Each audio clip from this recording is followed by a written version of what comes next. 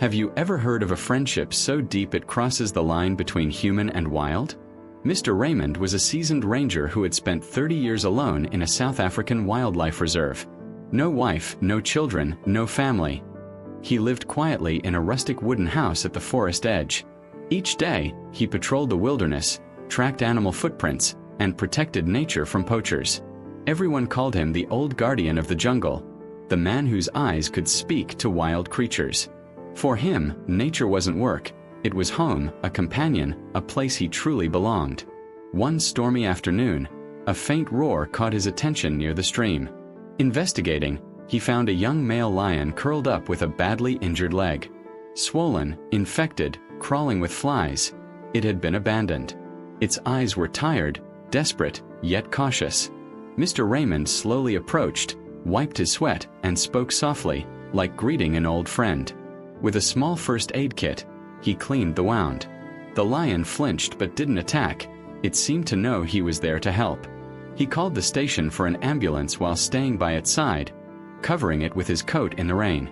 Hours later, the rescue team arrived.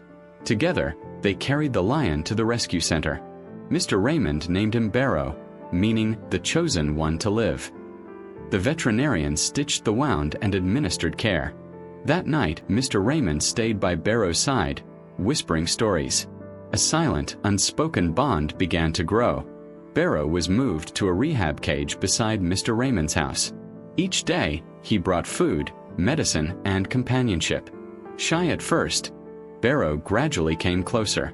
Mr. Raymond shared stories of malaria, eagles, and survival. Barrow listened, eyes brightening, ears swiveling like he understood every word. Cold nights brought blankets. Hot days brought cool water. Once, when Mr. Raymond was ill, Barrow roared all night, demanding attention. Their friendship needed no words, just presence. Slowly, Barrow regained strength. For sleek, eyes sharp, step steady. After 3 months, he hunted small prey. In the 4th month, he scaled rocks and reacted swiftly. By the 5th month, the vet declared him ready for the wild. Mr. Raymond stroked Barrow's mane gently. "It's time," he whispered. The barn door opened. Barrow stepped out, looked back once, then disappeared into the forest. Mr. Raymond stood silently, holding his worn scarf, watching. 3 months later, a familiar roar echoed at sunrise. Barrow returned, not to enter, but to quietly observe the house. Mr. Raymond called him. Barrow growled softly, lying down as if waiting. Eyes met, telling untold stories. From then on, Barrow returned every few months, always in the quiet morning, leaving before noon. Never breaking the gate, simply watching, guarding something sacred.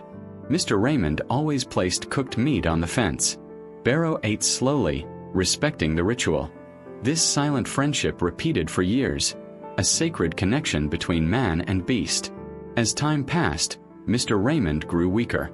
Terminal liver cancer was diagnosed.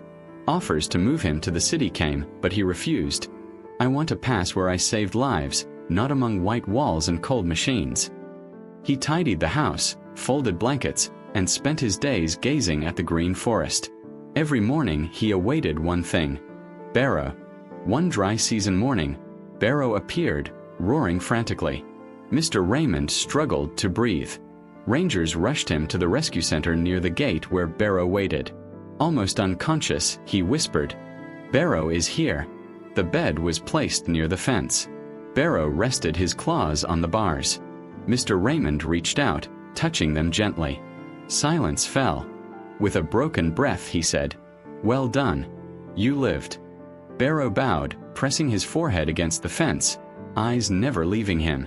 Amid golden grass, clear sky, and gentle wind, Mr. Raymond breathed his last, hands still touching his friend. Rangers wept. He was buried near the stream where Barrow had been saved. His tombstone read, "Mr. Raymond, keeper of the old forest, friend of the lion." Months later, Barrow returned, lying beside the grave, eyes half closed, mane stirred by the wind as if whispering farewell. He returned every year, honoring the vow. Barrow was no longer just wild. He was the guardian of a promise.